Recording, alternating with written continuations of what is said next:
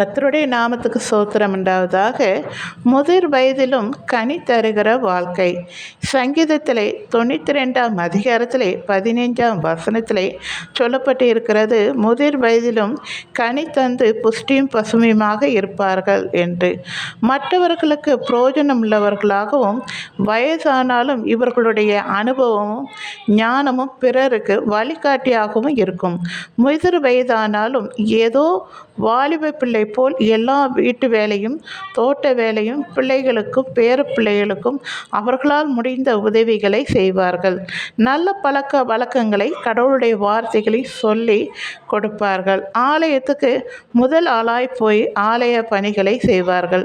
ஜெப கூட்டத்துக்கு போவதும் தாய்மார் கூட்டத்துக்கு கலந்து கொள்வதும் பரிசுத்த வேத வசனங்களை வாசித்து அதிலிருந்து கேள்வி பதிலை கண்டுபிடிப்பதும், ஒரு சிலர் ஊழியத்திலும் ஜெப வீராங்கனியாயும் தீர்க்கதரிசிகளாகவும் தேவனுக்கும் மற்றவர்களுக்கும் கனி தருகிற வாழ்க்கை வாழ்வார்கள்.